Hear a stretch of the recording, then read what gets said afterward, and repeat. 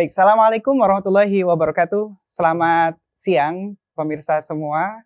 Hari ini kita bertemu lagi di episode pertama Titik Temu Salemba yang kali ini akan membahas tema khusus tentang visi dan misi pasangan calon presiden dan wakil presiden Republik Indonesia tahun 2024-2029. Dan hari ini kita kedatangan tamu spesial, ya, tim sukses dari pasangan calon presiden nomor urut 01. Di sini ada Prof. Fazly Jalal. Assalamualaikum, Pak Fadi. Ya, Assalamualaikum warahmatullahi wabarakatuh. Kemudian ada Pak Dr. Ganis. Assalamualaikum.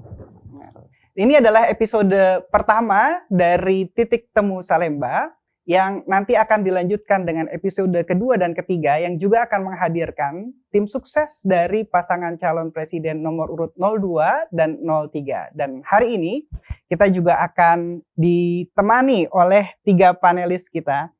Yang utama di sini ada Profesor Budi Weweko. Assalamualaikum. Ya, beliau adalah Ketua Senat Akademik Universitas Indonesia. Kemudian ada Dr. Wawan sebagai Ketua Umum Ikatan Alumni Fakultas Kedokteran Universitas Indonesia. Assalamualaikum. Waalaikumsalam. Dan satu lagi, ini tamu khusus, Pak Fazly dan Pak Ganis. Ini dari mahasiswa kami, ya, Mas Kevin.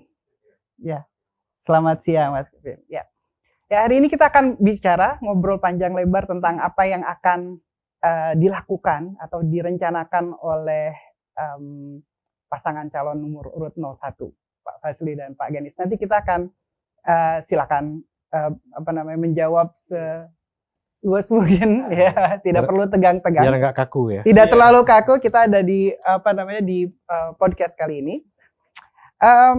Dari kalau saya baca dari visi dan misi pasangan calon nomor urut 01 ini, itu ada setidaknya, kalau saya tidak salah nih Pak, ada setidaknya 7 program yang terkait dengan kesehatan, ya.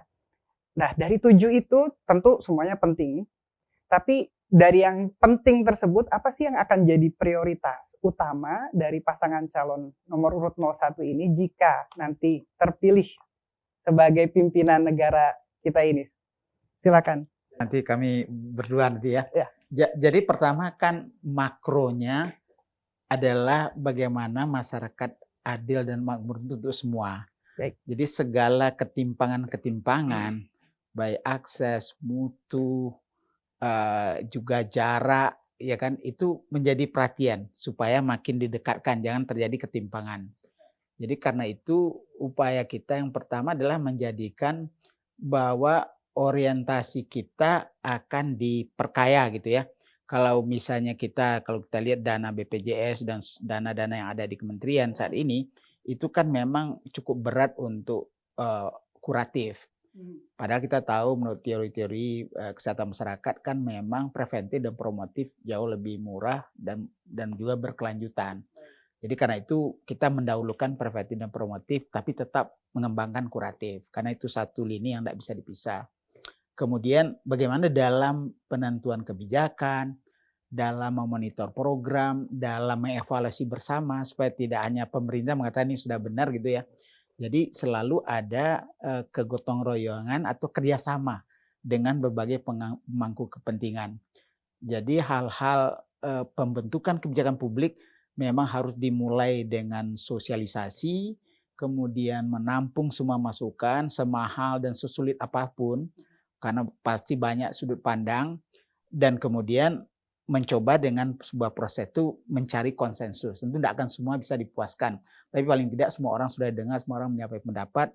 Dan apa rujukannya? Rujukan dari bagaimana benar atau tidaknya sebuah kebijakan, pertama tentu adalah betulkah kebijakan itu akan lebih mendukung kesetaraan dan keadilan. Keadilan kepada siapa aja. Dan dalam konteks kita, keadilan untuk yang dilayani, masyarakat banyak karena dia pasti menuntut, tapi juga keadilan untuk tenaga kesehatan, tenaga medis dan tenaga kesehatan. Karena kita nggak bisa hanya bertumbuh pada sebidang aja. Jadi keduanya harus dilihat. Nah, jadi semua dialog harus melihat itu. Nah, kemudian sedikit lagi juga bagaimana agar kepentingan publik yang didahulukan. ya kan, bukan karena sektor atau profesi atau kelembagaan, tapi publiknya atau rakyatnya. Dan yang ketiga, evidence based. Benarkah ini ditunjang oleh berbagai data, penelitian, kemudian empirical dan lain-lain, dan best practice itu harus dibawa, dan terakhir baru kita lihat regulasinya apa yang ada, apa yang perlu diperbaiki, baik dikurangi maupun ditambah, atau yang belum ada dibangun baru. Ya. Saya mencatat ada setidaknya beberapa kata kunci, ada konsensus, keadilan, publik, evidence. Apakah saya boleh menambahkan? Ya, silakan.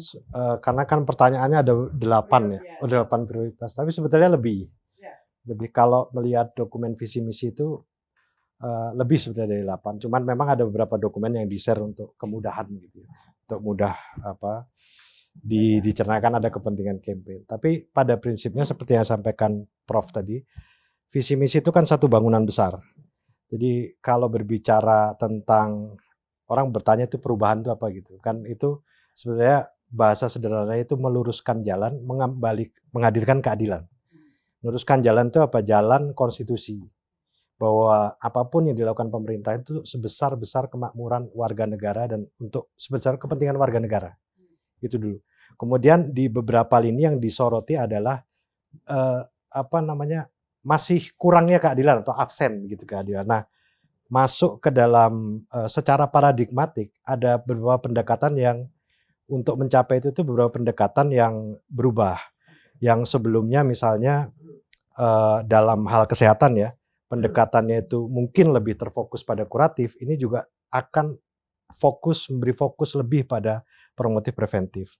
Kemudian pendekatan pengambilan kebijakan yang biasanya top down itu memakai prinsip yang menghidupkan kembali prinsip gotong royong lah dalam Pancasila dan kolaborasi. Kemudian di sini ada satu yang penting, yang ini sebetulnya kalau kita lihat itu lama sekali absen. Itu adalah bagaimana kebijakan kesehatan dan kesejahteraan nakes itu berjalan beriringan. Jadi ada keadilan, pemerintah itu menghadirkan perintah konstitusi untuk warga negara, kesehatan, tapi dia tidak mengorbankan nakes. Nah, ini penekanan terpentingnya di situ, keadilannya. Kenapa? Karena semua stakeholder dalam pelayanan itu harus mendapatkan keadilan supaya sustain. Yang keempat adalah pendekatan kesehatan ini bukan isu sektoral, tapi kalau istilahnya itu health in all policies. Jadi dalam semua kebijakan, di semua, kalau gampangnya kementerian lembaga atau di sektor-sektor lain itu akan didorong supaya ada kacamata kesehatan di situ. Oke. Kira-kira begitu. Baik, terima kasih Pak Ganis, Pak Prof. Fazli. Ya, tadi sudah disebut konsensus, ada keadilan, ada publik, kesetaraan, ada evidence based. Apakah itu memang dianggap lacking atau kurang selama ini? Dan yang mana yang duluan yang harus yang perlu untuk diperbaiki menurut Bapak? Iya, artinya kan kita kan berjalan paralel gitu ya. Jadi karena tadi kepentingan terbaik untuk rakyat, tentu kita akan pertanyakan, sudahkah rakyat menerima hak-haknya dalam bidang kesehatan? Dalam berbagai dimensi, life cycle, indikatornya apa saja, itu kita pertanyakan. Termasuk juga diskrepensi antar wilayah, antar gender, sosial ekonomi, ya, dan juga kalau ada disabilitas dengan segala keunikannya. Nah, kalau ini sudah kita petakan, baru kita sampai kepada apa yang harus dilakukan. Dan dari apa yang dilakukan itu kita tidak memulai dari baru. Apa yang sudah ada tuh diambil, di opname, di stock taking dulu. Kemudian mana yang bagus-bagus tentu kita harus hargai, dan ini harus dipertahankan. Dan kalau perlu diperdalam, diperluas. Sudah pernah mapping berarti apa yang bagus dari yang kemarin akan dilanjutkan dan apa yang masih belum bagus? Ya, kita kalau melihat misalnya yang bagus dalam bidang kesehatan, misalnya bagaimana cakupan BPJS ini makin besar. Dan itu saya kira harus, kalau bisa semua rakyat Indonesia, nggak ada yang tidak bisa dicakup, ya kan? Karena itu bentuk keadilan pertama. Tentu nanti kita bicara masalah mutunya lagi. Kemudian bagaimana kemudahan orang untuk mendapatkan pelayanan yang bermutu ini. Dan kemudian bagaimana kemampuan pemerintah untuk membayar secara penuh, ya kan? Tidak menunda-nunda pembayaran kepada rumah sakit, tidak terlalu kecil untuk tenaga kesehatan yang terlibat. Nah itu karena itu dalam misi Visi Amin dikatakan kita juga akan mereview inasi digis ini nanti. Tapi tentu fiskalnya tentu kita harus kehitung berapa implikasi fiskalnya, dan kita masih yakin kalau tax ratio ditingkatkan, pembangunan kesehatan tadi health in all policies ini. Jadi PU mendukung semua air bersih, sanitasi, kemudian pendidikan sejak usia dini, mengembangkan UKS segala macam, sehingga penyuluhan kesehatan itu mulai di sana dan malah membantu keluarga. Kemudian industri mengembangkan bagaimana obat, alat kesehatan. Jadi kalau kita petakan semua in all policies tadi, jangan-jangan anggaran kesehatan itu bukan 5% dari GDP, bisa lebih luas, yang walaupun saat ini belum. Tapi artinya hal-hal yang sudah baik, seperti misalnya dalam alat kesehatan, kan sudah ada TKDN, sudah 30%. Nah ini kan harusnya membuka peluang industri dalam negeri untuk lebih bergairah dan mampu bersaing, dan pemerintah menjamin kalau dia membuat produk yang sesuai dengan standar, yang sudah teruji, pemerintah hadir sebagai pembeli atau pemakai untuk membuat mereka tetap bisa berkembang. Jadi beberapa yang bagus-bagus itu tak. Contoh program yang bagus yang lama itu salah satunya yang akan diperkuat itu Posyandu. Ya, itu terus terang kan sebetulnya kalau kita boleh bilang ya itu salah satu legacy dari zaman Orde Baru. Ya. Karena reformasi banyaklah agak orang mungkin reluctant untuk menyebut hal itu, padahal sebetulnya itu garda terdepan yang terpenting terutama untuk KIA kan. Itu yang akan diadres untuk diperkuat, dan itu program-program lama, kemudian juga penguatan bidan. Tapi kalau contoh pertanyaan yang lama yang di mapping itu seperti itu. Yang kedua mungkin yang bisa kita bahas juga integrasi data ya. Untuk kepentingan ke depan itu ada program yang sekarang menjadi prioritas Kemkes itu untuk satu sehat ya, satu data itu. Integrasi data itu rasanya juga kita pandang bagus untuk dikaji dan untuk dikembangkan gitu. Karena kepentingan publiknya kan lebih besar ya. Maksudnya mempermudah pasien. Kan ada isu dalam BPJS itu misalnya kalau BPJS-nya di Aceh, berobat di dokter di Jakarta, dokternya anamnesis ulang kan gitu. Jadi ini kan sebenarnya tidak terintegrasi gitu. Jadi menyulit kalau dia mau reanamnesis lagi itu kan pasti ada yang miss. Gitu. Itu kira-kira yang secara mungkin bisa saya ingat ya karena dokumennya kan ada beberapa itu. Baik, terima kasih. Health in all policies ini sebenarnya framework yang sudah lazim dikenal, sudah lama gitu ya. Tinggal prosesnya atau bagaimana implementasinya di lapangan. Salah satu implementasi kan gini, kalau kita mencontohkan yang mudah yang mungkin sudah dilakukan Pak Anies ya.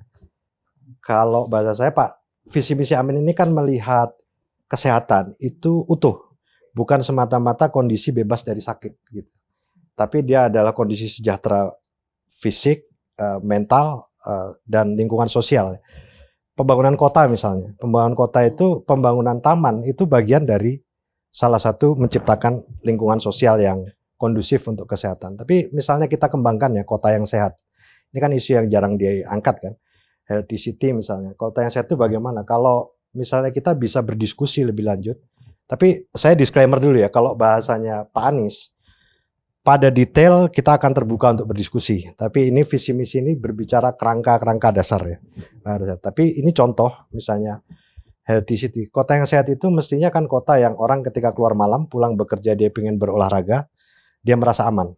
Baik itu perempuan, baik itu laki-laki, dia tidak terhindar dari rasa takut untuk yang macam-macam gitu. Jadi itu healthy city yang orang bisa berolahraga kapanpun misalnya. Itu sebagai contoh ya. Kemudian ada taman-taman kota yang sudah dibangun Pak Anies, itu juga contoh dari secara konseptual itu contoh health in all policies gitu. Kemudian juga yang mungkin agak orang kadangnya melihatnya itu agak sektoral, itu sebenarnya kan ada banyak daerah yang kekurangan air bersih. Ketersediaan air bersih ini kan sebenarnya isunya isu lingkungan beririsan dengan isu kesehatannya gitu. Jadi itu kira-kira ya contohnya yang bisa saya sebutkan itu. Jadi sosial ya. Itu kan isu kesehatan, malah bagi yang kecil ya isu kesehatan. Tapi karena dianggap penting, ada 22 kementerian dan lembaga terlibat. Dan mereka punya anggaran sendiri, punya unit sendiri untuk menunjukkan. di ketahanan pangannya bagaimana, di stimulasi anak usia dini gimana, di Badan POM-nya bagaimana, di Kementerian PUPR-nya bagaimana.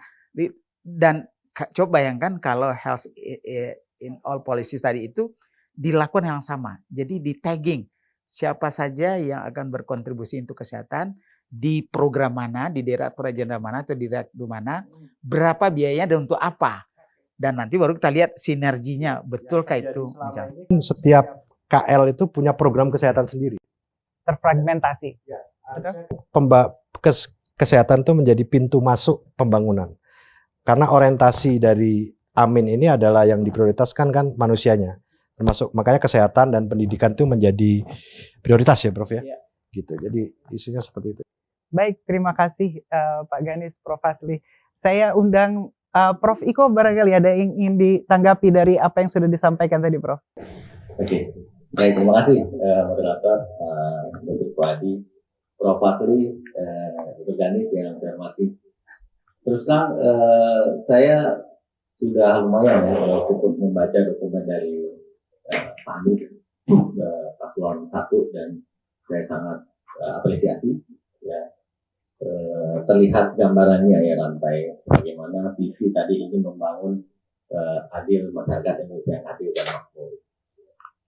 Terkait dengan apa yang disampaikan oleh Prof Fazli dan Mas Ganis tadi health for all policy dan menempatkan tadi ya bahwa investasi pada pendidikan dan kesehatan itu pada lini pertama ya karena untuk membangun kualitas sumber Indonesia yang baik. Nah, mungkin saya mohon klarifikasi saja, ingin mohon tanggapan. Kalau saya lihat di misinya, saya lihat itu mengapa misi manusia sehat dan cerdas itu justru munculnya nomor 5 gitu. Dan juga nomor 6 tentang kematian ibu gitu. Sementara nomor 1 adalah kedaulatan pangan, air dan sebagainya gitu. Mengapa tidak di nomor 1 kalau itu menjadi prioritas? Gitu. Itu tanggapan saya pertama. Mungkin langsung aja kali ya biar nanti nggak lama. Kemudian juga tadi disampaikan mengenai pemenuhan layanan kesehatan dan tadi distribusi ya tentunya distribusi. Mas Ganis juga menyampaikan bagaimana bisa memenuhi kesehatan, layanan kebutuhan kesehatan seiring dengan kesejahteraan bagi nakesnya. Nah, sekarang ya, menjadi masalah kalau kita berbicara tentang akses. Terus terang, ya sejak program PTT, WKS, ya ini tidak ada, ya kemudian WKDS juga tidak ada, ya puskesmas cukup banyak kekosongan puskesmas, terutama dokter umum. Ya saya ingat kata-kata almarhum Profesor Azrul Aswad dulu pada saat Rakernas, bukan Idi ya di Purwokerto, beliau bilang, potong kuping saya, kalau PTT dihapus tidak menyebabkan puskesmas kosong. Jadi waktu itu Prof. Azrul menentang keras itu dia PTT. Jadi saya ingin minta tanggapan ya terkait dengan strategi ya ini memenuhi layanan, ya distribusi bagaimana caranya tadi ya. Karena menarik yang disampaikan, masyarakat mendapatkan pelayanan, dokter pun happy gitu ya. Kira-kira nakes pun happy. Nakes. Ya. Kemudian satu lagi yang ketiga ini juga menarik. Karena tadi kan health for all. Health in all policies. Ya.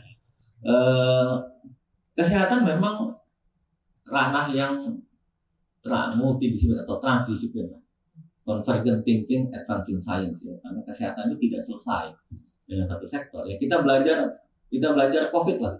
COVID itu contoh yang baik bagaimana menyelesaikan kesehatan. Ya. Saya tanya kepada pasangan Prof. Fazli dan Mas Ganis ya, angka kematian ibu, angka kematian bayi. Kenapa tidak turun-turun gitu ya? Stunting juga yang ya segitu-gitu aja. Karena saya belum mendengar ya, bagaimana tadi Prof. Fazli sedikit menyampaikan, bagaimana bisa membuat penyelesaian masalah kesehatan itu seperti orang care pada COVID, orang care pada kematian ibu, orang care pada stunting. Saat ini memang gue pikirin juga tugas orang kesehatan. Kemudian kalau kita bicara ke otonomi daerah, kepala daerah sangat bervariasi, sangat tergantung dari visi kepala daerah. Dan aspek promotif preventif yang disampaikan oleh Mas Ganis betul sekali. Tapi itu hal yang investasi jangka panjang yang tidak terlihat oleh publik. Sehingga kepala daerah mikir kalau gue mau kepilih periode kedua, gue mesti bangun infrastruktur. Gue bangun gedung, bangun jalan, bangun macam-macam monumen. Kesehatan belakangan, apalagi nggak ada mandatory spending di Undang-Undang Kesehatan 17. Saya kira itu tanggapan dari saya, mohon tanggapannya. Baik. Ini ada 3 pertanyaan poin penting nih. Pertama tentang visi misi, kenapa ditaruhnya di nomor 5? Ya, nomor 5 dan 6. Saya mencoba menjawab ya. Karena pertanyaan itu ada sedikit menyangkut pengalaman pribadi saya soal WKDS. Ya. Jadi maksudnya kita kan berdiskusi ya, Prof. Yang pertama visi misi itu saya tidak bisa menjawab. Tapi pada umumnya karena penyusunan itu timnya kan besar ya. Untuk penyusunan itu kerangka berpikirnya kita harus akui bahwa kesehatan itu kadang-kadang walaupun pimpinannya sudah mengatakan indeks manusia, yang lain itu kan kerangkanya masih seperti yang kita biasa lihat lingkungan dulu dan segala macam. Tapi lingkungan kan juga penting. Gitu. Saya mungkin bisa mengomentari di situ ya. Sementara karena itu tim penyusun naskahnya cukup besar. Dan kemudian yang kedua tentang distribusi ya Prof. Distribusi, saya ingin mengatakan begini Prof. Saya ingat sekali pada waktu dulu teman-teman menuntut penghapusan wajib PTT. Pasca reformasi itu kan ada ratifikasi konvensi ILO tentang penghapusan kerja paksa. Kemudian juga sebelum itu, dulu memang ada wajib kerja sarjana ya Prof ya. WKS itu diterapkan untuk semua sarjana. Tapi di masa akhir era Soeharto itu hanya untuk dokter dan bidan. Gitu. Yang kemudian yang terjadi pada waktu itu salah satunya saya ingat sekali, dokter PTT di Pekalongan gajinya 1,5 juta, di Papua 1,5 juta, terlambat 3 bulan, gitu. Akhirnya apa? Model-model seperti itu seringkali justru pertama ini tidak mengindahkan realitas bahwa tenaga kesehatan itu juga warga negara yang memiliki hak-hak yang harus dihormati secara warga negara. Itu yang pertama. Sehingga kemudian ada desentralisasi. Desentralisasi seperti Prof bilang, saya ngomong spesifik WKDS Prof. Kasus-kasus dalam wajib kerja dokter spesialis, itu misalnya dokternya ditaruh di situ. Kemudian tidak sesuai janjinya, banyaklah yang kalau dari Objin alatnya nggak ada, tidak sesuai ini ya. Ada perlakuan, mohon maaf ini mungkin saya tidak bisa menyebut detail, tapi yang sering kita lihat secara gampang, otonomi daerah ini desentralisasi kesehatan terutama memunculkan problem sendiri kan. Ketika jualan isu kesehatan itu kemudian menjadi isu yang untuk memuaskan rakyat, tapi pokoknya asal gitu tidak diperhatikan misalnya jenjang karirnya, nakesnya, kesejahteraan, hak-haknya nggak diperhatikan. Itu yang terjadi pada ketika program-program wajib dari pusat. Sementara ada program-program seperti Nusantara Sehat yang katanya berjalan baik gitu. Yang mungkin karena alasan politis tidak diteruskan. Gitu. Maksud saya, kalau bagaimana untuk strategi distribusi, yang jelas pertama begini Prof, prioritas pemerataan itu kalau dalam presentasi Pak Anies kemarin di Kompak itu, disebutkan IPM-nya wilayah barat, timur itu tertinggal 10 tahun dari IPM wilayah barat gitu. Sehingga pembangunan ini harus berbicara, kan nggak mungkin semuanya di sini, harus ada konsentrasi dulu ke sini supaya ada kesetaraan dulu. Ada kesetaraan. Jadi pertama konsentrasi, kalau kita memang mau ada daerah-daerah prioritas, maka fokus resources itu harus ke sana. Artinya wajib-wajib kerja itu menjadi pertanyaan, misalnya ya, wajib kerja dokter spesialis itu Prof. Ada dokter di Mojokerto, salah satu spesialis lah misalnya. Sudah ada 4, minta 1 lagi. Gitu. Ada rumah sakit di Jawa yang masih minta wajib. Nah ini prioritasnya kemana gitu. Jadi maksud saya, pertama program-program wajib itu tetap tidak bisa karena secara prinsip melanggar konvensi ILO dan Undang-Undang HAM. Yang kedua yang harus dilakukan adalah negara itu harus memberikan insentif yang lebih kepada nakes yang mau ke daerah. Ini harus dipandang pengorbanan. Jadi ketika ada orang yang bekerja di area yang lebih rumit, itu negara tidak boleh maksa pengorbanan itu. Tapi harus memberi reward yang lebih. Tidak bisa sama dong dengan yang. Dan kita kenapa harus seperti itu? Ya orang dia bekerja di area yang lebih sulit kok gitu. Jadi pemerataan bagaimana? Itu mungkin pandangan umumnya ya. strategi yang diucapkan secara tertulis oleh dalam visi misi Amin itu kan salah satunya adalah penguatan beasiswa afirmasi untuk daerah-daerah khusus untuk mengambil untuk tenaga kesehatan, profesi kesehatan ya Prof. Terus kemudian juga beasiswa LPDP untuk yang program spesialis S2 dan seterusnya lah. Jadi ada program-program afirmasi yang fokuskan di daerah-daerah tertinggal. Tentu sekali lagi itu juga harus dilihat bahwa pengembangan kawasan timur, misalnya kita prioritaskan timur, itu juga harus kita lihat dengan bagaimana apa yang dikatakan Pak Anies itu tentang membangun beberapa kota besar. Karena tenaga kesehatan itu juga manusia yang membutuhkan secara ekonomi, dia akan punya secara manusiawi lah, dia akan merapat ke daerah yang lebih sejahtera dan seterusnya. Itu kita hanya harus perlu kita redistribusikan saja. Kira-kira secara umum seperti itu, Prof. Saya nambahkan, ini pertanyaan Prof. Iko kan sangat mendasar ya. Jadi kalau kita lihat, sebenarnya instrumen standar pelayanan minimum itu kan sebenarnya bagus. Cuman sekarang kan betulkah dibuat lebih detail? Jadi kalau bisa KPI-nya itu kita pertajam. Jadi terserah mereka cara memenuhi tenaganya, tapi berapa angka kematian ibunya, walaupun nanti ini tidak gampang dikumpulkan tingkat kabupaten ya, tapi paling tidak angka kematian bayi atau proksinya, dan kemudian berbagai proses cakupan imunisasi dan seterusnya.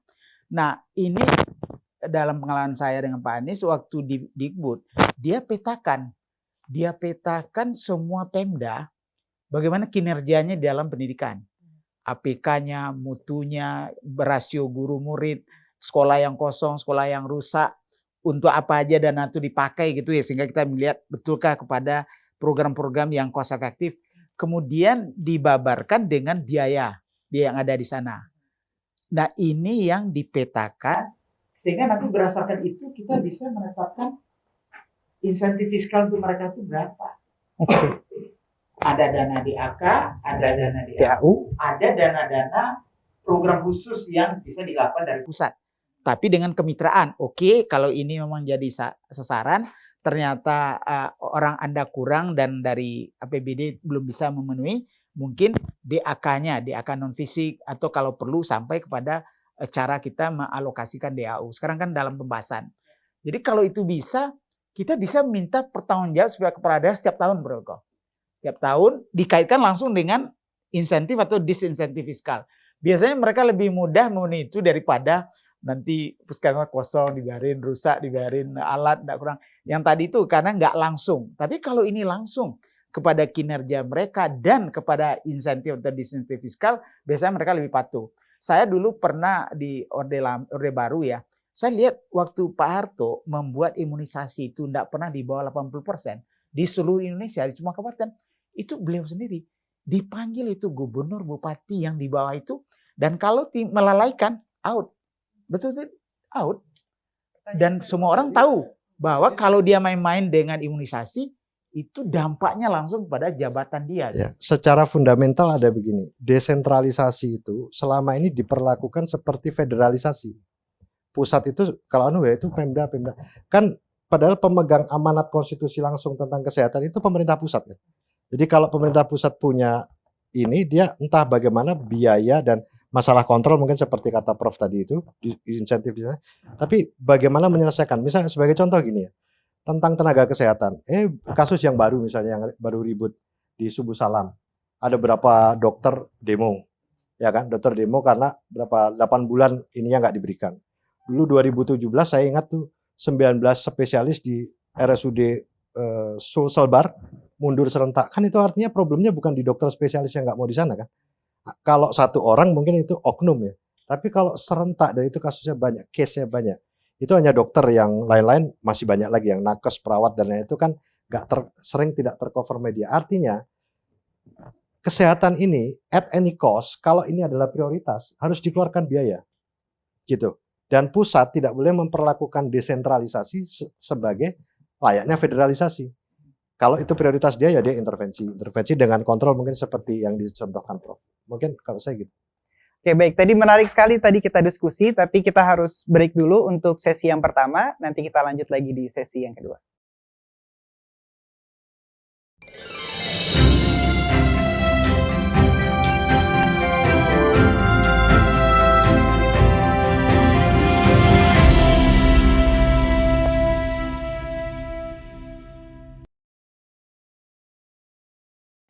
Oke, baik, kita masuk ke sesi yang kedua. Kembali dengan Prof. Fazly dan Dr. Ganis. Saya akan berikan kesempatan ke panelis berikutnya, Prof. Fazly. Ya. Ada Dr. Wawan sebagai Ketua Iluni FKUI. Silakan Prof. Wawan, ada pertanyaan atau tanggapan? Ya, baik, terima kasih. Assalamualaikum warahmatullahi wabarakatuh. Assalamualaikum warahmatullahi Saya wabarakatuh. bukan profesor ya. Iko ya, profesor.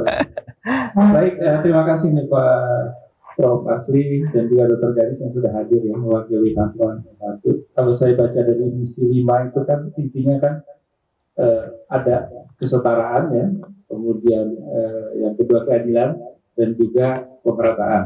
Nah, kalau melihat dari apa yang ada di dalam misi 5 ini, kita kan melihat apa yang disampaikan Pak Anies dalam berbagai kesempatan mengenai ide perubahan. Itu kan termasuk di situ ada rencana untuk revisi undang-undang KPK, kemudian juga mengenai undang-undang Omnibus Law Cipta Kerja. Nah, juga di dunia kesehatan kita juga punya undang-undang yang cukup kontroversial selama ini, yaitu undang-undang Omnibus Law Kesehatan nomor 17 tahun 2023. Nah, bagaimana positioning dari 01 terhadap undang-undang ini? Apakah akan direvisi juga atau manut saja hanya mengikuti bagaimana nanti peraturan susulannya ya, turunannya yang akan diutak-atik di situ? Karena terus terang baik di sisi tenaga kesehatan di bidang pelayanan kesehatannya juga maupun untuk kepentingan masyarakatnya, itu banyak hal-hal kontroversial yang sudah mencuat dan kita sudah baca di media selama ini. Itu pertanyaan saya yang pertama. Silakan. Terima kasih Dr. Wan. Ini mendasar saya mulanya nunggu-nunggu juga kapan Pak Anies menyatakan statementnya tentang undang-undang ini. Dan kemarin pada waktu Desa Anies di Jakarta Selatan itu secara tegas beliau, artinya dengan rujukan bahwa pertama, adilkah, membangun kesetaraankah sebuah regulasi itu? Kemudian betulkah regulasi itu mengutamakan kepentingan publik? Nah, dan yang ketiga, benarkah didukung oleh data-data dan evidence? Baru nanti kalau regulasinya perlu direvisi, ya itu sudah menjadi kebagian dari proses itu. Dan beliau menyampaikan, ya kalau 3 indikator yang merujuk bahwa ini perlu direvisi, ya why not? Kenapa tidak gitu? Tapi tentu kita harus betul-betul tadi memetakan dengan jernih, tidak gerusa-gerusu, dan sebuah undang-undang kan tidak hanya eksekutif saja. Itu akan ada lebih 600 orang wakil rakyat yang akan terlibat dengan segala konstituennya. Tetapi karena prinsip Pak Anies itu harus kolaborasi, harus mendengar semua pihak sejak dari awal. Kalau nanti dalam konteks kolaborasi dan mendengar semua pihak itu memang menunjukkan bahwa apa yang ada sekarang itu memerlukan perbaikan atau memerlukan revisi, bagi beliau selalu perubahan itu pertama yang baik-baik diteruskan, ditingkatkan malah, yang ada yang perlu direvisi, sudah ada tapi perlu direvisi, ada yang perlu dihilangkan, dan ada yang perlu ditambah baru yang memang tidak ada dari yang ada itu. Jadi ini memungkinkan kalau kita melihat nanti apakah Omnibus Law Kesehatan itu perlu dilihat kembali. Kalau dari assessment tim sukses, kira-kira kemungkinannya berapa persen ini dianggap tidak adil dan harus direvisi? Pernah ada assessment? Saya kira karena ini kan proses undang-undang kan tidak sederhana ya, apalagi omnibus ya.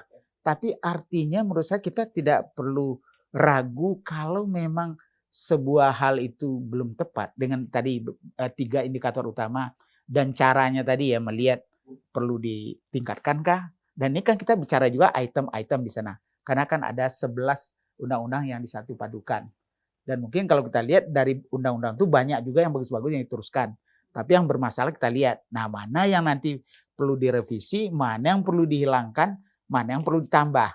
Nah saya kira dengan modal yang disampaikan Pak Anies itu sangat mungkin.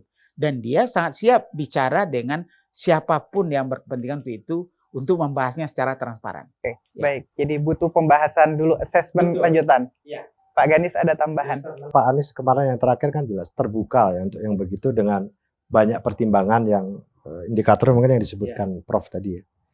Ya mungkin langsung menukik kepada apa yang menjadi permasalahan di situ, karena saya kira mungkin terlalu banyak yang harus kita bahas. Pertama adalah bagaimana positioning dari paslon 01 ya, termasuk tim suksesnya mengenai wadah tunggal profesi kesehatan, seperti misalnya ID dengan ada lembaga lain boleh lagi, mungkin juga nanti di profesi kesehatan yang lain. Bagaimana positioning itu dari paslon 1, apakah setuju dengan wadah tunggal atau setuju dengan open polisi aja? Langsung ditanya satu ini. Pertama begini, secara spesifik kalau soal wadah tunggal itu belum pernah dibahas ya. Tapi bahwa partisipasi itu akan, artinya peran organisasi profesi itu pasti akan dilibatkan ya, dan itu merupakan bagian dari prinsip kolaborasi gitu. Tapi prinsip-prinsip yang lain kalau misalnya itu dipertanyakan, kalau saya mengembalikan ke prinsipnya, yang terpenting proses kesetaraan, tadi yang sampaikan Prof itu kepentingan publik di situ. Terus kemudian apa? Sains ya. Kelaziman sains itu termasuk kelaziman dan lain-lain.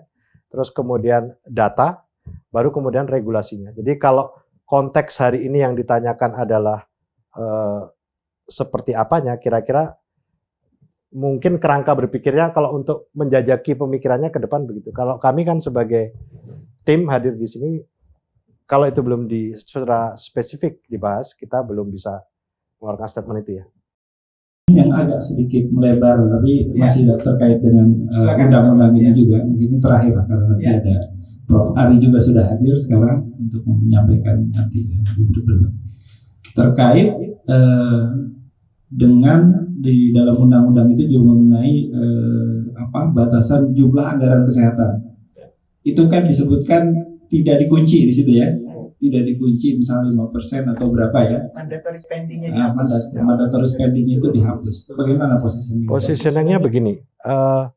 Yang pertama, kalau lihat prioritas kesehatan ya, Pak Anies ada beberapa statement di publik yang mungkin di beberapa YouTube yang mengatakan kurang lebih begini. Dalam konteks kesehatan itu negara itu melihatnya sebagai investment. Gitu. Karena ini untuk jangka panjang. Jadi dia bukan semata-mata spending gitu. Jadi kalau berbicara, dan kemudian saya ingin meluruskan bahwa acuan yang digunakan atau yang didiskusikan sebetulnya itu kan bukan 5% APBN, tapi 5% GDP gitu yang menjadi acuan kan.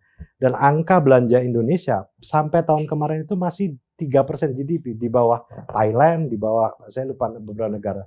Artinya kalau menurut saya, kalau sebagai komunitas kesehatan ya, dengan melihat visi misi ini, saya justru mendorong ya kalau bisa lebih dari 5% GDP, why not?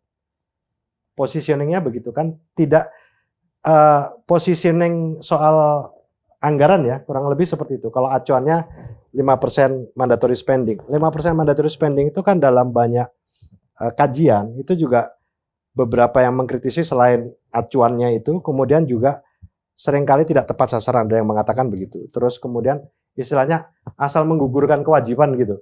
Wes saya kan udah 5% gitu. Jadi program oriented itu juga perlu, kayak tadi misalnya prioritas dan lain-lain itu menjadi fundamen berpikirnya pasangan Amin tentang budgeting untuk kesehatan. Kira-kira gitu yang bisa saya sampaikan gitu. Ya ini pertanyaan Dr. Rohan bagus sekali ya, dan saya kira perlu kita renungkan ya. Memang pada saat perhatian kepada kesehatan tuh yang tidak dijadikan investasi, sehingga orang melihat sebagai cost, akhirnya orang berhemat kalau bisa berhemat, tanpa melihat bahwa investasi ini pada seorang dokter, pada seorang perawat, bidan, itu begitu dia 40 tahun berprofesi, itu kan istilah Pak Anies kemarin tuh ratusan ribu orang yang mendapat manfaat. Jadi kalau itu biaya-biaya awal untuk mereka itu sebenarnya nggak berarti. Nah kalau kita akumulasi prinsip ini kepada investasi untuk kesehatan, harusnya kita tidak terpaku lagi kepada berapa persentasenya, tapi berapa kebutuhannya.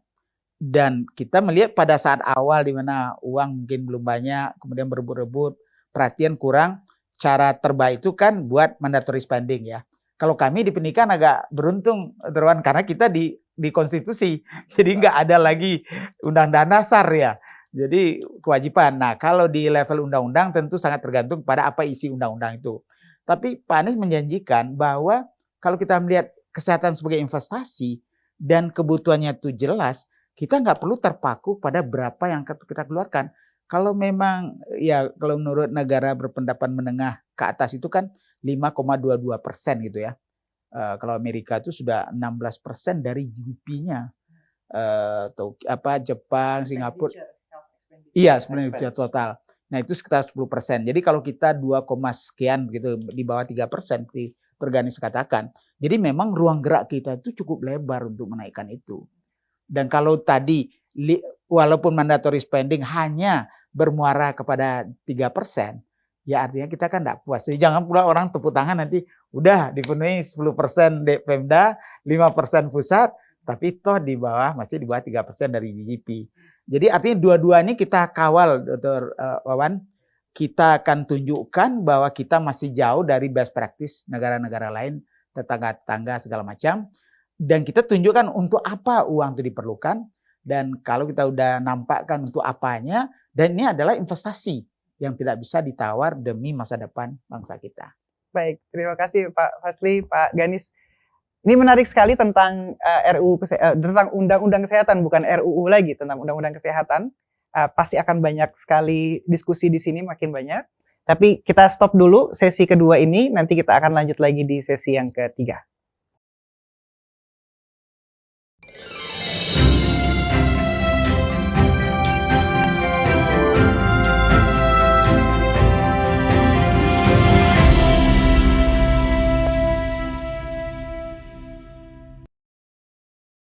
Baik, kembali bersama kami di sini, bersama dengan tim sukses dari pasangan calon urut nomor 01, Pak Fazly dan Dr. Ganis. Dan sekarang kita juga sudah kedatangan panelis dari Dekan Fakultas Kedokteran Universitas Indonesia, Profesor Ari Fahrial. Selamat datang, Prof. Assalamualaikum. Ya, di sesi yang ketiga ini kami mau memberikan kesempatan buat Prof. Ari untuk memberikan tanggapan, pertanyaan kepada tim sukses paslon nomor 1. Silakan, Prof. Ya, terima kasih atas kesediaan dari tim sukses paslon nomor 1 untuk berdiskusi masalah kesehatan. Kami memang suatu yang penting gitu ya, selalu penting diangkat.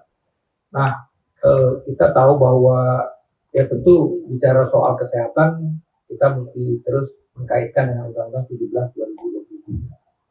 Yang kita tahu ini adalah suatu produk omnibus, di mana di dalam undang-undang tersebut pun salah satu yang kena omnibus adalah undang-undang kesehatan, ya nomor 20.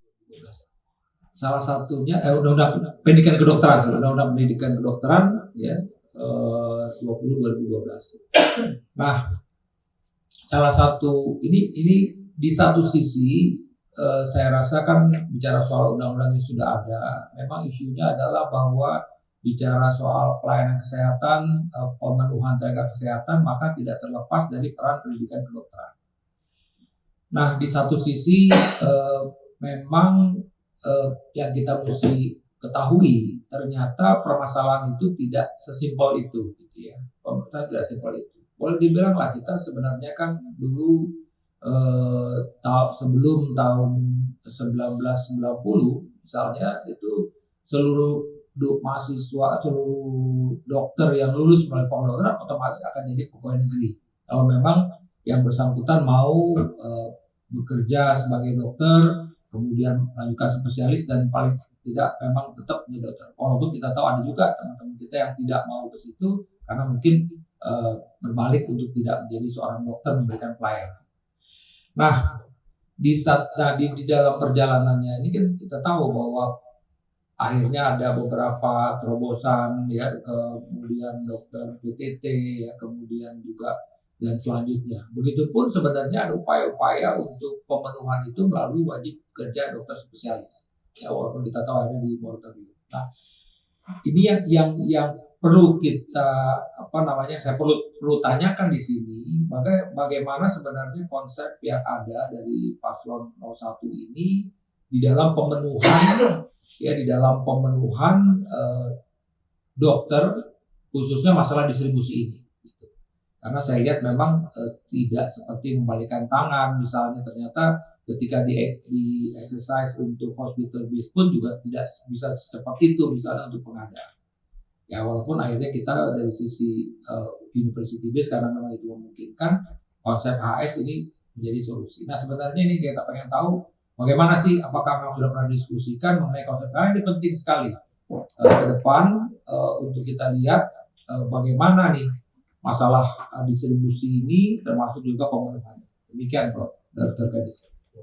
Baik, University base. iya, pertama dulu kebutuhan ya, berapa kebutuhan, sehingga dari kebutuhan ini kita bisa memperkirakan bagaimana produksinya, distribusinya, kemudian mutunya nanti ya, dan relevansinya dengan keunikan-keunikan daerah-daerah khusus, daerah tertinggal, daerah terluar dan seterusnya.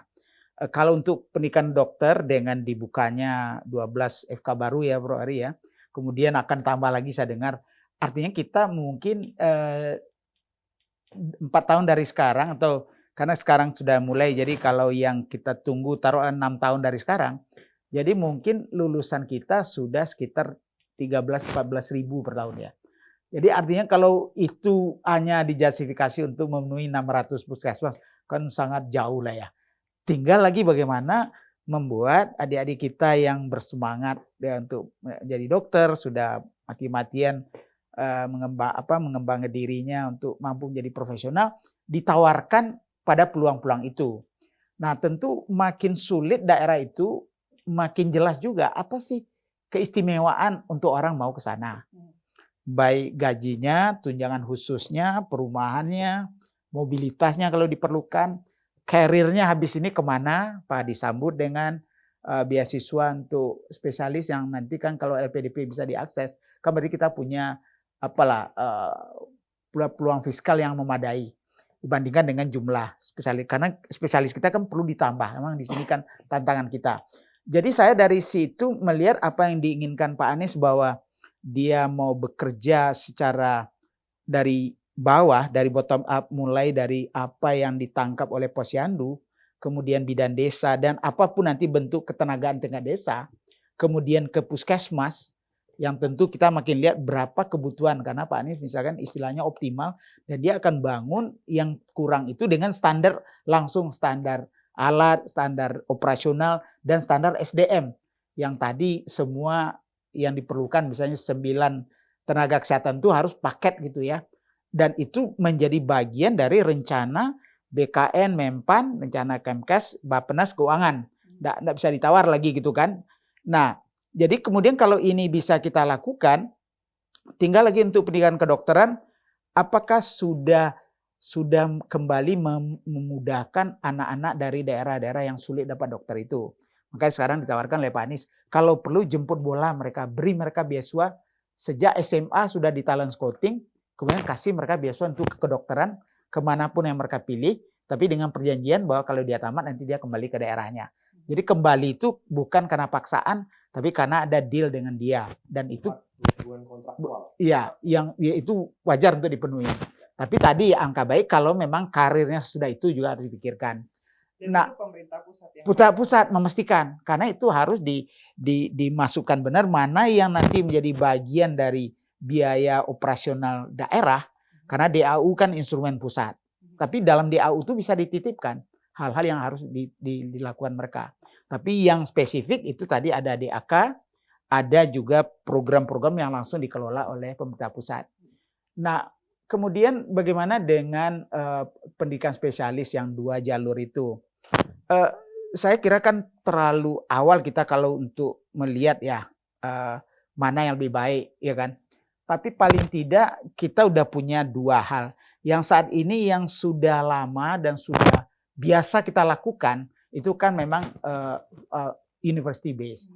Dan kalau kita mau menambah program spesialis, saya kira ini yang kita pertanyakan dulu. Berapa kemungkinan university base ini bisa nambah? Karena dia tidak mulai dari nol.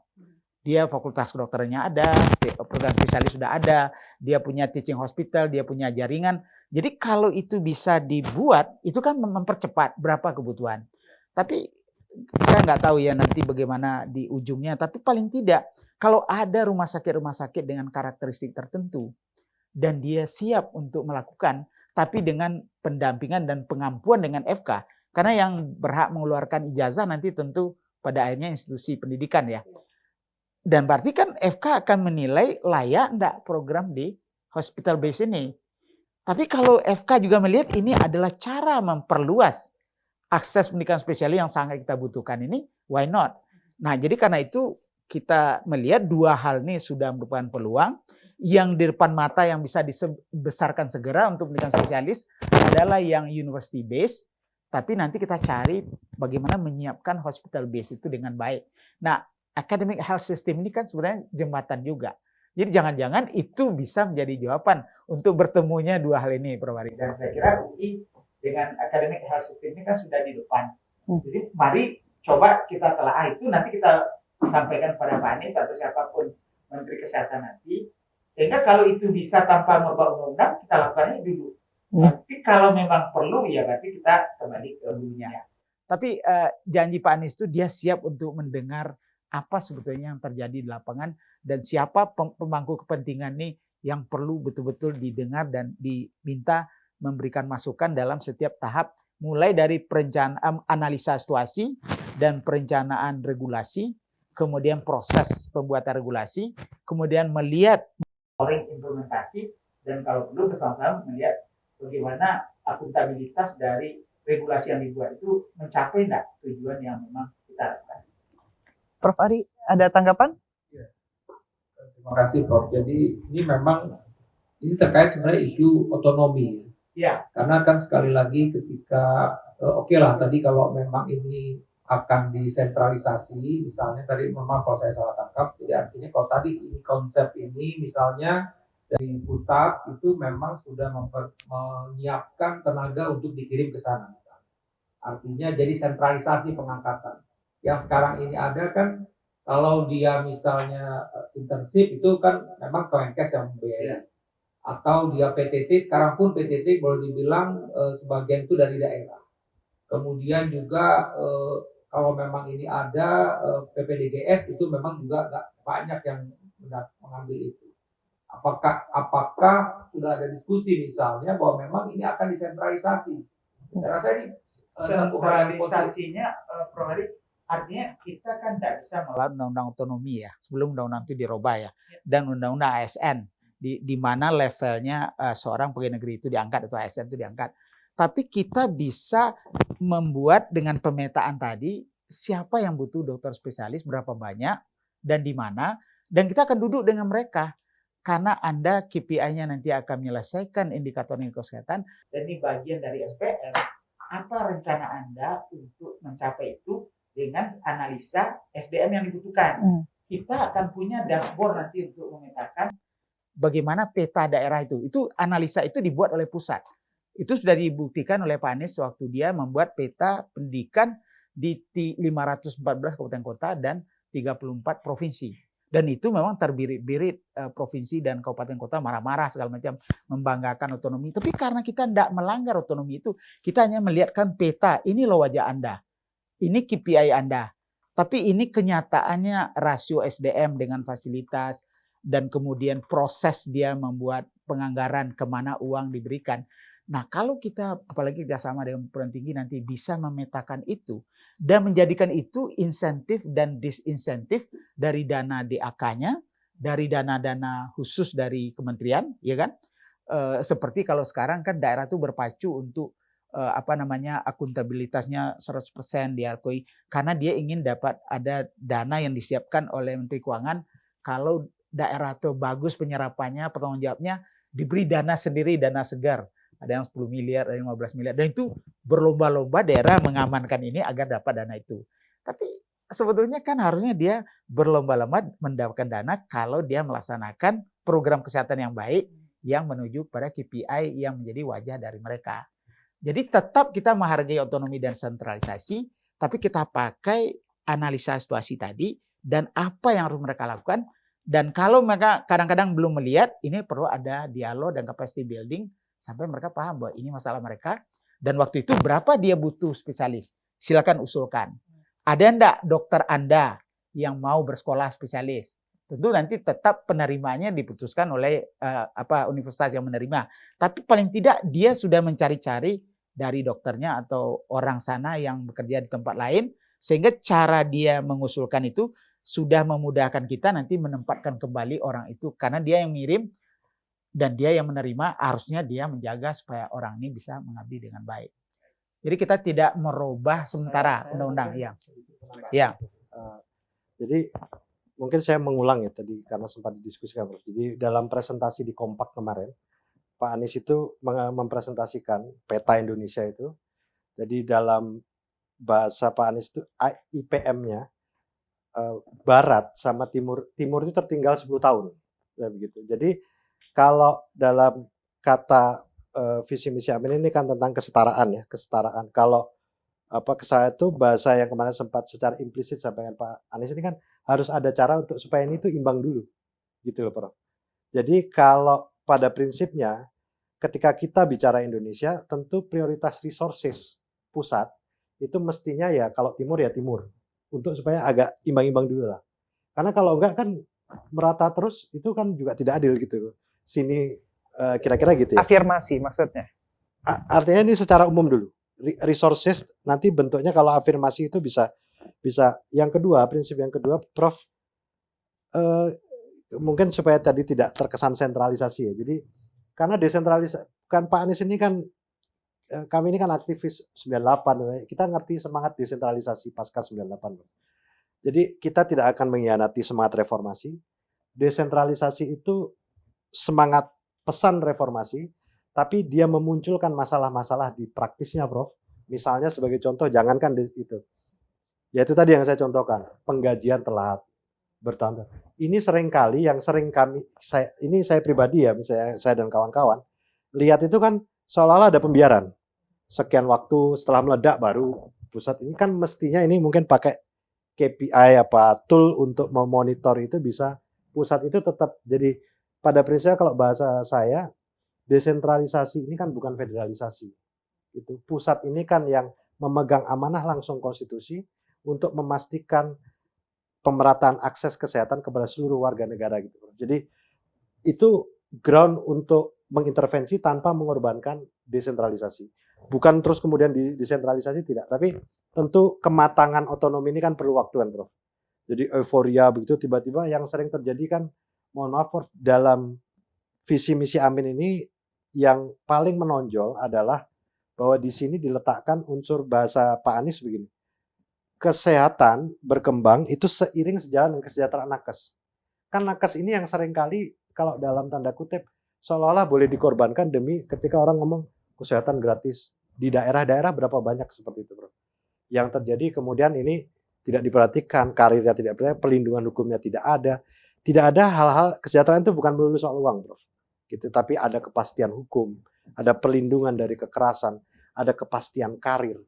Kan ini yang absen, yang ingin dihadirkan dalam bahasa Pak Anies, pasangan Anies ini itu keadilan. Jadi kacamatanya seperti itu, Prof. Kalau apakah nanti membutuhkan dana dari pusat? Kalau itu memang dianggap necessary, prioritas untuk ini ya tentu akan dikeluarkan. Gitu. Kira-kira gambarannya sih seperti itu, Prof ya. Kalau menjawab secara umum tadi, bagaimana strateginya untuk, nah kalau yang agak spesifik, misalnya tadi disampaikan biaya beasiswa afirmasi itu secara tekstual memang disebutkan afirmasi untuk mahasiswa dari keluarga tertinggal atau daerah tertinggal gitu. Untuk membangun prioritaskan ini perlu berbicara sustainability gitu. Jadi strateginya bagaimana? Kalau secara detail beberapa hal terus terang memang belum sejauh itu diskusinya, misalnya yang tadi hospital dan lain-lain itu kan masih dimensi yang relatifly baru kan, Prof ya. Tapi seperti disampaikan Prof Fasli tadi, Pak Anies dan Gus Muhaimin itu open untuk masukan semua pihak, Prof, dan mengajak malahan gitu. Begitu, Prof. Baik, terima kasih Pak Fasli, Pak Ganis. Kita sudah sampai ke sesi yang akhir dari sesi ketiga. Kita akan lanjut lagi setelah ini di sesi yang keempat.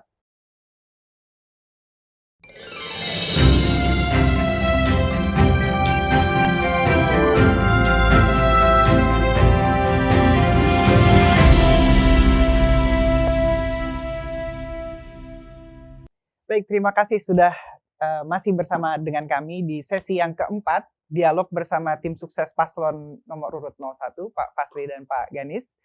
Kita sampai ke sesi yang terakhir dan kali ini kami akan mengundang Pak Fasli dan Pak Ganis dari mahasiswa Fakultas Kedokteran Universitas Indonesia. Silakan, Mas Kevin. Izinnya Prof. Fasli dan juga Dr. Ganis. Silakan. Mahasiswa, ini udah pertanyaan yang udah kita compile juga di sisi Prof. Sebenarnya ini agak menyangkut juga dengan bahasan tadi dari Bungkit tentang otonomi, tentang desentralisasi, tentang monetary spending dan kesehatan gitu. Kalau kita lihat kan berarti ambisi paslon 1 terhadap kesehatan ini memang besar ya ambisinya gitu. Kemudian juga tadi mau membangun berbagai infrastruktur di entah puluhan kota atau bahkan ratusan semoga gitu ya. Dan terungkit ada tantangan terkait otonomi dan desentralisasi. Namun kalau kita lihat lagi tadi kan berarti kesehatan memang sayangnya tetap di nomor kesekian gitu di visi misi dari paslon nomor 1. Dan kalau berbicara tentang monetary spending, kalau kita ingat lagi kan sebenarnya kalau dari paslon-paslon yang mengangkat Amin ini uniknya semuanya tuh yang mengungkit dan mempermasalahkan monetary spending ketika pengesahannya kemarin. Kalau kita ingat PKS tuh menolak karena nggak ada, PKB itu mendukung dengan syarat dengan catatan seharusnya ada monetary spending, Nasdem juga sama gitu. Kalau bicara tentang monetary spending tadi, yang saya agak bingungkan adalah kenapa ketika berbicara kesehatan, monetary spending dianggap sebagai sebuah kekangan atau mungkin dorongan untuk hanya formalitas saja untuk mengeluarkan duit sekian gitu untuk sektor kesehatan. Tapi kalau berbicara tentang pendidikan malah monitoringnya kita tekankan ketika di UUD gitu. Kenapa nggak kalau pikirnya berjalan kedua sektor yang berbeda gitu. Dan saya mikirnya dengan adanya monetary spending bukannya malah menambah ruang gerak dan juga fleksibilitas dari sektornya untuk misalnya kayak saya dapat duit sekian, saya bisa berambisi mengeluarkan A, B, C dan sebagainya gitu. Sesuai dengan ambisi yang tadi sudah diucapkan oleh paslon 1. Jadi pertanyaan saya adalah gimana sih cara paslon 1 ini untuk memastikan adanya prioritas penyediaan dana untuk sektor kesehatan untuk mendukung ambisi-ambisinya dan juga untuk memastikan daerah itu mau untuk menyediakan uangnya sepersekian dari APBD untuk mengajukan ambisi tadi. Oke, baik. Ini semacam ada perbedaan treatment. Kalau kesehatan kenapa dipertanyakan, sedangkan pendidikan tidak dipertanyakan. Terlepas dari itu ada di undang-undang ya, Bro ya. Ya, silakan. Saya mungkin begini ya. Jadi itu kan diskursusnya panjang tuh sebetulnya soal itu. Pertama, mandatory spending itu base-nya apa kalau 5% APBN, 10% APBD itu ya. Kalau bahasa dalam literatur yang ada yang menjadi acuan itu kan head spending ya. Head spending per negara untuk memotret sebetulnya. Memotret negara ini sebenarnya targetnya kalau ini sekian. Tapi itu tidak no magic number lah bahasanya. Dan dalam banyak diskusi dan kajian itu memang, tapi sekali lagi begini, bukan kita itu posisinya menolak tidak, tapi kita melihat nggak ada ya udah orang kita juga pengennya lebih besar gitu kan. Itu kita kemudian mengkaji secara literatur toh 5% GDP gitu. Itu dulu groundnya di situ. Kalau bahwa kita ya kalau bisa 5% why not gitu. 5% sementara hari ini GDP kita itu kan lebih besar daripada APBN kita ya angkanya, tapi kita masih 3% gitu. 3% dan itu tertinggal dari beberapa negara di Asia. Jadi kita kalau untuk budgeting, insya Allah dari komitmen ini yang bisa tadi mungkin secara kita acak tadi disampaikan, insya Allah justru akan lebih besar. Karena ada target pembangunan rumah sakit kelas A di banyak provinsi dengan SDM-nya tentu, karena SDM itu menjadi penekanan. Kemudian juga revitalisasi puskesmas dan pembangunan puskesmas untuk mendekatkan jarak masyarakat gitu ya. Ada beberapa program dan insentif untuk kader kesehatan termasuk Posyandu dan beberapa lain yang itu budgetnya pasti lebih besar. Nah, mengenai kalau pertanyaannya jadi bukan kami kok mempermasalahkan itu tidak gitu. Tidak, pertanyaannya kan kalau nggak ada ini gimana ya, komitmen kita mungkin lebih besar kok gitu. Kita nggak mau ribut dengan ini karena kacamata kita ini bukan spending tapi investment. Kira-kira singkatnya begitu ya, tapi beberapa mungkin sebagai tambahan untuk diskusi yang mungkin panjang. Dari kajian-kajian yang ada itu mungkin yang health economist juga bisa memberi tambahan kan. Seberapa tepat sasaran sih spendingnya dari yang selama ini berjalan misalnya gitu. Itu perlu dikaji. Mungkin begitu. Iya. Ya, Mas. memang artinya kalau kita udah ada uang dialokasikan kan lebih enak mengalokasikannya ya, menggunakan dengan perencanaan. Kalau tertati-tati di awal lama-lama kan makin bagus juga. Karena uangnya sudah secure gitu ya. Tapi kan ini yang hilang. Dan dalam konteks Pemda ini memang agak berat menurut saya ya.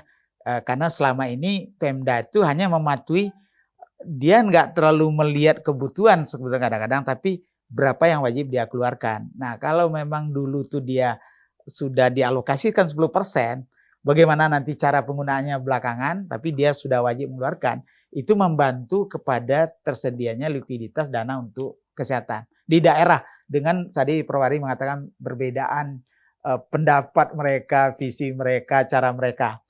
Nah, tapi mari kita balik, bisakah dengan tujuan tadi, kan Mas Anies itu ingin SDM Indonesia itu sehat. Itu yang pertama. Kemudian baru cerdas, kemudian baru produktif, kemudian baru berakhlak dan berbudaya. Jadi memang kalau walaupun ini misi kelima, tapi sebetulnya basisnya adalah sehat ini. Baru di atas kesehatannya dibangun kecerdasannya. Dengan dua ini dia punya peluang untuk berproduksi. Nah apalagi kalau dibantu dengan akhlak dan kebudayaan, karena dia menjadi bagian dari sebuah komunitas yang berbudaya. Jadi kalau itu kita jadikan dasar, berarti target-target yang sudah disebut secara eksplisit itu kan menjadi keharusan. Dan itu kan punya fiskal implikasi. Kalau memang mau nambah cakupan BPJS-nya, berapa ini yang menggantung sekarang. Dan kemudian berapa premium yang harus dinaikkan untuk mencegah defisit. Ataupun kalau defisit kan harus disediakan untuk mengisi itu. Itu semua kan anggaran kesehatan. Iya kan? Dan kemudian tadi kita memaksimalkan health in all policies tadi itu. Jadi bagaimana PUPR yang sudah punya banyak anggaran ya selain jalan, tapi air bersih sanitasinya diamankan. Pendidikan dengan 20% dimaksimalkan sehingga tersedia semua sarana kesehatan dan UKS-nya, dan kemudian anak-anak itu sendiri yang memulai perilaku hidup bersih dan sehat, dan kalau bisa dia menjadi kader-kader kesehatan sederhana untuk rumah dan lingkungannya. Dan itu kan semua anggaran kesehatan juga sebetulnya, walaupun dialokasikan di sektor yang berbeda. Nah mudah-mudahan kalau ini kita lakukan dan di tagging, jangan-jangan bisa lebih dari 5-7% APBN itu.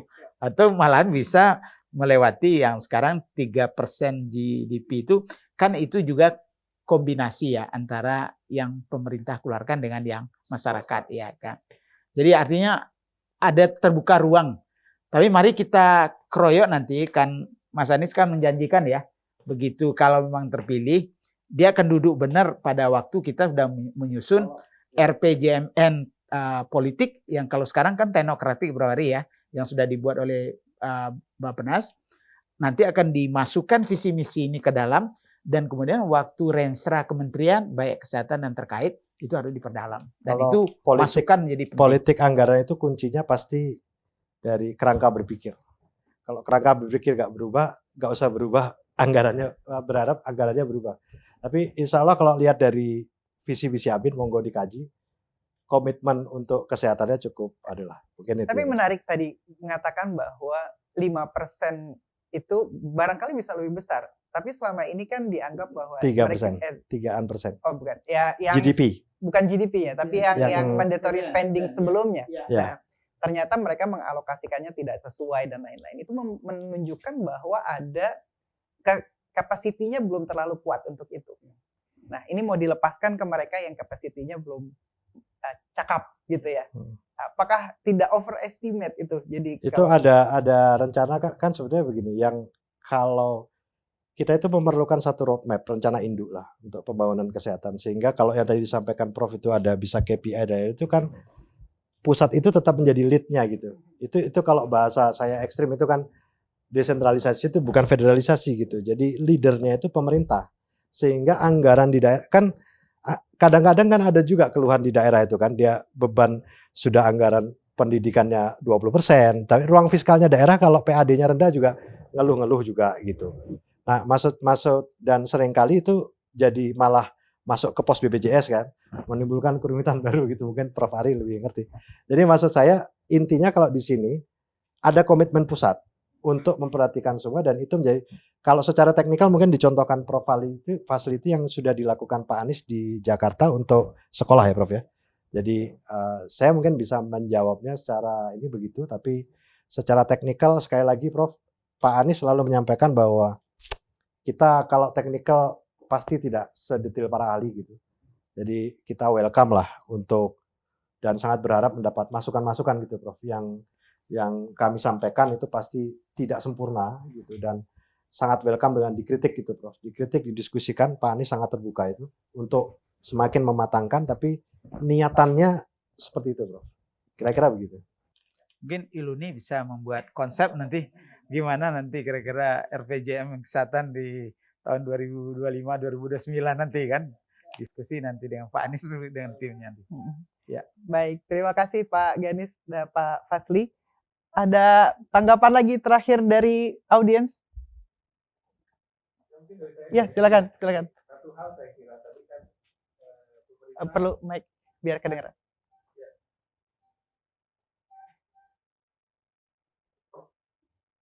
tadi pemerintah memang akan bagaimana kebutuhan itu dipenuhi untuk sektor kesehatan ini. Dan tadi juga disampaikan bahwa memang terutama mungkin untuk pelayanan kesehatan tidak hanya menyertakan pemerintah saja, tapi juga swasta juga disertakan. Nah, kita paham bahwa sekarang ini terutama tahun-tahun terakhir itu korporasi-korporasi besar itu masuk ke pelayanan kesehatan dengan masifnya. Bahkan beberapa orang mengatakannya oligarki bisnis yang besar di luar kesehatan, bahkan kemudian masuk ke sana dengan cukup masif. Kira-kira kalau di Paslon 01 itu menyikapi hal ini bagaimana ke depannya? Jadi kalau kembali lagi ke meluruskan jalan ya. Jalan konstitusi kita itu kan nafasnya kan Pancasila. Kalau ini jawaban versi saya, tapi di versi itu bisa dibaca bahwa tidak mungkin pemerintah itu anti swasta, itu yang pertama. Tidak mungkin anti swasta, tapi kan kita harus meluruskan begini. Dalam konteks Pancasila itu sebetulnya kan apakah kita itu kan neither sosialistik nor kapitalistik. Instrumen negara semestinya itu hadir untuk swasta welcome, tapi negara itu membuat standar. Standar ini kan yang seringkali tidak ditetapkan dengan baik ya, sehingga monitoringnya dan segala macam. Itu kemudian instrumen yang kita bicarakan tadi itu program-program itu tentu program yang versi pemerintah. Jadi misalnya kalau bahasanya gini kan, pemerintah pasti situasi politiknya juga tarik-menarik dengan industri ya pasti. Tapi pemerintah itu membuat standar gitu. Misalnya standar tentang penggajian, standar itu kan menjadi benchmark. Kalau pemerintah aja semuanya sendiri, apalagi swasta kan bahasanya misalnya gitu ya.